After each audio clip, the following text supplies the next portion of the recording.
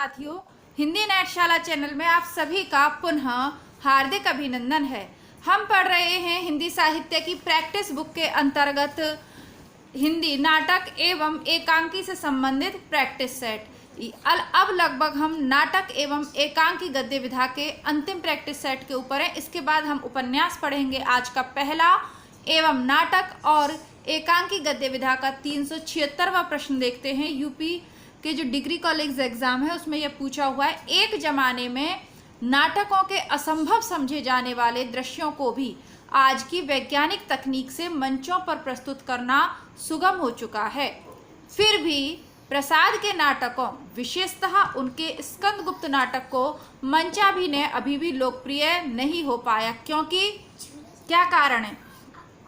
दृश्य बहुत जल्दी जल्दी बदलने पड़ते हैं, पात्रों की उम्र अचानक ही बढ़ गई होती है, नाटक देखने वाले जनता प्रसाद के नाटकीय संवादों की भाषा के स्तर तक नहीं पहुंच पाई, अभिनेताओं एवं अभिनेत्रियों की पोशाकें इतने पुराने जमाने की हैं कि उनके अनुरूप साज पोशाक जुटा पाना संभव नहीं होता। तो बाकी सारी चीज़ें, अगर आप जैसे नाटक को आप ऐसे सोचिए टेलीविज़न पे, तो बाकी चीज़ें तो संभव हैं, लेकिन प्रसाद की जो नाटकीय संवादों की भाषा है उसके स्तर तक जनता नहीं पहुंच पाई है, बल्कि पहुंचेगी भी नहीं। क्यों? क्योंकि अब तो हमारी पीढ़ी अंग्रेजी पढ़ रही है। खड़ी इनके नाटकीय संवाद कैसे हैं? संस्कृत, और संस्कृत के जानकार जो विद्वान है वो कम है। मतलब जो संस्कृत निष्ठ इनकी हिंदी है, बहुत शुद्ध भाषा में इनके जो है संवाद हैं, तो वो लोगों को सरल नहीं लगते, आकर्षित नहीं करते। एक वर्ग विशेष के लिए तो अगर इनकी समीक्षा की जाए तो बहुत उच्च कोटि के नाटक इन्होंने लिखे हैं, लेकिन उनकी भाषा सरल नहीं है। यानी लोक के हिसाब से, जैसे तुलसीदास जी की रामचरितमानस फेमस हुई, वाल्मीकि की रामायण बहुत कम लोग पढ़ते हैं या विशेष संदर्भों में देखना हो तब याद करते हैं। बाकी कौन सी लोकप्रिय है? तुलसीदास की। तो वैसे ही स्कंद इनके जो प्रसाद के नाटक हैं बहुत अच्छे हैं, लेकिन भाषा संस्कृत निष्ठ होने के कारण उनको जो है क्या है, रंगमंची दृष्टि से वो इतने सफल नहीं है। तो ऑप्शन सी इसका सही उत्तर होगा। भारतेंदु हरिश्चंद्र कृत कौन सा नाटक अनुदित रचना है? विद्या सुंदर। चंद्रगुप्त नाटक की कौन सी नारी पात्र चंद्रगुप्त के साथ प्रेम भाव नहीं रखती? सुबासिनी, कल्याणी, कर्नेलिया और मालविका। तो सुबासिनी जो है इसके साथ नहीं रखती क्योंकि वो शक्टार से प्रेम करती थी। चंद्रगुप्त का प्रकाशन 1933 में हुआ था। तो देखिए, अब आपको ये ध्यान रखना है कि व्याख्या जहाँ आवश्यक है मैं वही पढ़ूंगी, क्योंकि सभी प्रश्न रिपीट वाले जो प्रश्न हैं उनको नहीं पढ़ेंगे। सिंघानिया नामक पुरुष पात्र का संबंध किस नाटक से? तो सीधा सा आधे अधूरे पूरा पढ़ा है हमने, और अभी ही हम इसको हिंदी बुकशाला चैनल पर मैं आधे अधूरे आपको दोबारा पढ़ा दूंगी, क्योंकि इस चैनल की प्लेलिस्ट से ये डिलीट हो गया है। तो कल से या आज से हो सकता है आधे अधूरे नाटक मैं आपको हिंदी बुकशाला पर करवा दूं। तो आप नेट वाले विद्यार्थी, यूपी असिस्टेंट प्रोफेसर वाले विद्यार्थी, जितने भी लोगों के आधे अधूरे सिलेबस में, वो लोग तो पढ़ेंगे ही, साथ में यदि उच्च स्तरीय तैयारियां कर रहे हैं परीक्षाओं की तो भी पढ़ लीजिएगा, क्योंकि मोहन राकेश के तीनों ही नाटकों से प्रश्न पूछे जाते हैं। एकांकी में संकलन त्रय का क्या आशय है? एकांकी में संकलन त्रय का क्या आशय है? ये आपके यूपी में पूछा हुआ है, जीआईसी और हायर एजुकेशन दोनों में। तो ऑप्शन नंबर डी, समय, स्थान और कार्य की एकता। संकलन त्रय में क्या आएगा? समय, स्थान और कार्य तीनों की एकता। स्थान से साफ तात्पर्य क्या है? संपूर्ण घटना एक स्थान पर घटित हो, कम से कम स्थान परिवर्तन हो। समय से तात्पर्य एकांकी में उतने ही समय की घटना दिखाई जानी चाहिए जितने में वास्तविक जीवन में घटित हो सके, या अधिक समय अंतराल नहीं होना चाहिए। कार्य से तात्पर्य एकांकी में प्रासंगिक कथाओं को स्थान नहीं दिया जाना चाहिए, और कार्य व्यापार के क्रम को बनाए रखना चाहिए। यानी जैसे नाटक में होता है ना, कुछ वर्षों बाद की दिखा दिया, वो सब नहीं, एक ही समय उसमें दिखाना चाहिए। रामकुमार वर्मा संकलन त्रय को एकांकी की आत्मा मानते हैं और उसके अभाव में श्रेष्ठ एकांकी की रचना संभव नहीं मानते। भारतेंदु हरिश्चंद्र को भारतेंदु की उपाधि कब प्रदान की गई? 1880 में इनको यह उपाधि मिली। सन 1843 से लेकर 1867 ईस्वी तक का कृतित्व भारतेंदु युग की पृष्ठभूमि के रूप में जाना जाता है। हिंदी में आधुनिकता और पुनर्जागरण का प्रवर्तक और पितामह भारतेंदु हरिश्चंद्र को माना जाता है। अंधा युग उद्धृत प्रस्तुत कथन किस पात्र का है? मेरी ममता ही वहाँ नीति थी, मर्यादा थी। धृतराष्ट्र का है। यह किसका है? धृतराष्ट्र का है। अंधा युग हिंदी बुकशाला पर प्लेलिस्ट में आपको पूरा मिल जाएगा, तो आप इसको वहाँ प्लेलिस्ट से सुन सकते हैं। जानकी मंगल नाटक के लेखक कौन हैं? जानकी मंगल नाटक के लेखक शीतला प्रसाद त्रिपाठी हैं। आधुनिक हिंदी का पहला अभिनीत नाटक माना जाता है, जो 1868 ईस्वी में काशी में खेला गया और जिसमें लक्ष्मण का अभिनय भारतेंदु हरिश्चंद्र ने किया था। तो जानकी मंगल किसने लिखा? शीतला प्रसाद त्रिपाठी ने लिखा। ये यूपी वाला जो कॉलेज असिस्टेंट प्रोफेसर का जो एग्ज़ाम हुआ था उसमें पूछा हुआ है। भुवनेश्वर निम्नलिखित में से किसके लिए पात्र है, किसके लिए प्रसिद्ध है? तो भुवनेश्वर ऐतिहासिक नाटक है, समस्यात्मक नाटक है, सामाजिक नाटक है अथवा असंगत नाटक है। तो भुवनेश्वर असंगत नाटक है। भुवनेश्वर के लघु नाटक, हिंदी में असंगत नाटकों की शुरुआत भुवनेश्वर के लघु नाटक ऊसर 1938 से मानी जाती है ना। भुवनेश्वर जो नाटककार हैं वो किस लिए प्रसिद्ध है? असंगत नाटक लिखने के लिए प्रसिद्ध है। और इनका लघु नाटक ऊसर 1938 में आया, जिससे इसको प्रारंभ, तो जैसे कहानी होती है ना, अकहानी, सक्रिय कहानी, जनवादी कहानी, वैसे ही नाटकों में ऐतिहासिक नाटक, सामाजिक नाटक, समस्यात्मक नाटक। कौन सा पढ़ा था? सिंदूर की होली समस्यात्मक नाटक था। ऐतिहासिक नाटकों में आप पढ़ लेते हैं ये जितने भी आपके प्रसाद जी के नाटक हैं उनको। तो अब असंगत नाटक कौन से? भुवनेश्वर का। तो ऊसर मेरा पढ़ा हुआ नहीं है, तो इसके बारे में बहुत ज़्यादा नहीं बता पाऊंगी। निम्नलिखित में से कौन सी पारसी नाटककार नहीं है? आगा हर्ष काश्मीरी, राधेश्याम कथावाचक और विपिन कुमार अग्रवाल और नारायण प्रसाद बेताब। तो ऑप्शन सी विपिन कुमार अग्रवाल पारसी नाटककार नहीं है, बल्कि विसंगति बोध के नाटककार हैं। क्या है? विसंगति बोध के नाटककार हैं। कौन? विपिन कुमार अग्रवाल। तो यूपी वाले जो असिस्टेंट प्रोफेसर वाले हैं वो देख लीजिएगा, जितने फेमस नाटक हैं वहाँ से न पूछकर नए तरीके के प्रश्न पूछ रहा है, तो आप लोग विशेष सावधान रहें। आज के जो इसमें अधिकतर आपका जो डिग्री कॉलेज वाला एग्ज़ाम हुआ है उसी से हैं, 2013 वाले से। इंदर सभा के लेखक कौन है? अमानत। इंदर सभा वास्तव में रंगमंचीय कृति नहीं थी, यह गीति रूपक नाटक था और इसके लेखक है अमानत। भिखारी ठाकुर का विदेशिया क्या है? लोक नाटक है। भिखारी ठाकुर का विदेशिया लोक नाटक है।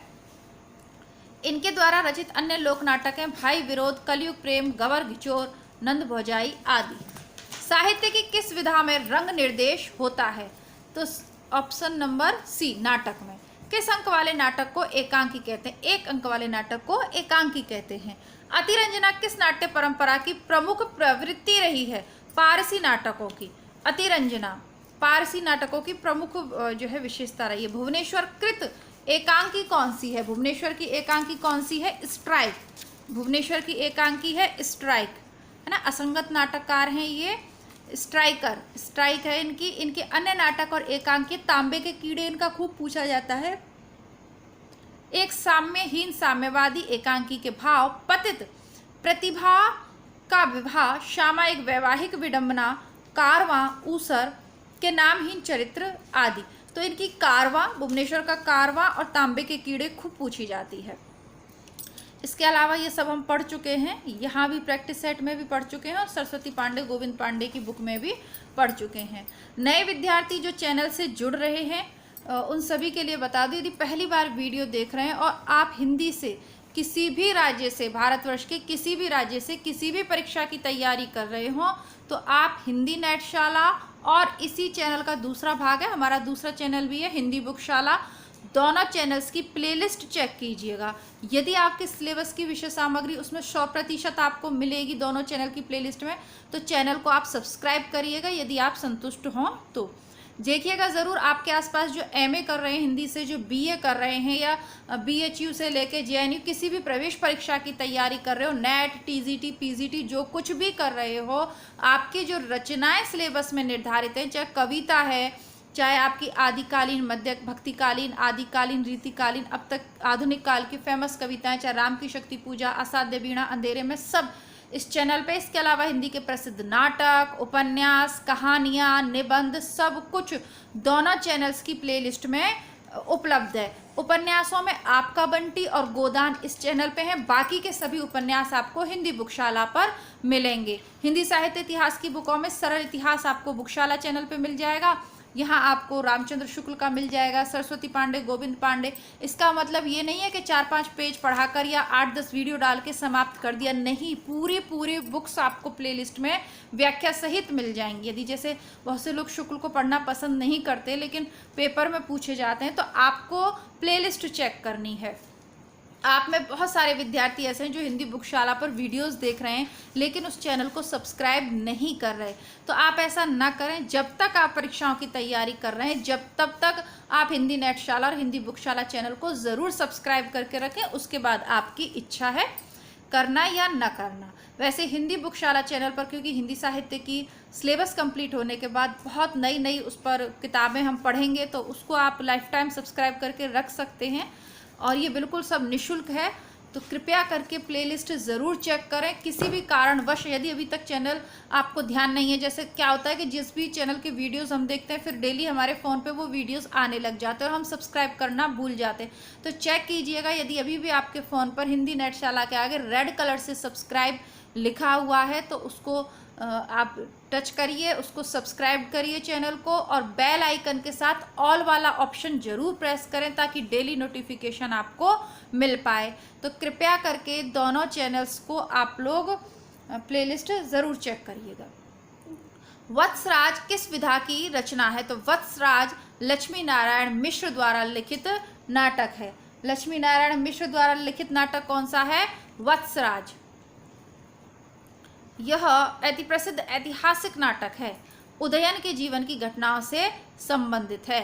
और इनके अन्य प्रसिद्ध नाटक हैं राक्षस का मंदिर, सिंदूर की होली, अशोक, मुक्ति का रहस्य, चक्रव्यूह, सन्यासी, आधी रात, राजयोग और अपराजित। सिंदूर की होली वर्तमान में बहुत परीक्षाओं के सिलेबस में हम पढ़ चुके हैं हिंदी बुकशाला पर, बाकी आगे पढ़ेंगे। पहला राजा नाटक के लेखक कौन है? जगदीश चंद्र माथुर। पहला राजा नाटक के रचयिता हैं जगदीश चंद्र माथुर। जगदीश चंद्र माथुर के अन्य नाटक हैं भोर का तारा, कोणार्क, ओ मेरे सपने, शारदिया, 10 तस्वीरें, परंपराशील नाट्य, जिन्होंने जीना जाना, रघुकुल नीति, दशरथ नंदन इत्यादि।